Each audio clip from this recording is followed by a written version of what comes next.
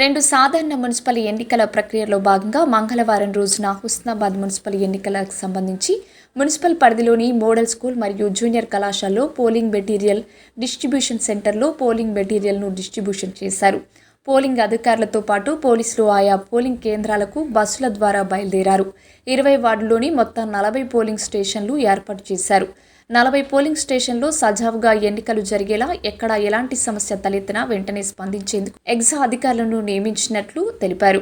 Polling ప్రక్రియ పూర్తి కాగానే బ్యాలెట్ బాక్సులు స్ట్రాంగ్ రూమ్లో భద్రపరిచి సీల్ వేశాక 24 గంటలు గట్టి బందోబస్తు ఏర్పాటు చేశామని పోలీస్ అధికారులు తెలిపారు.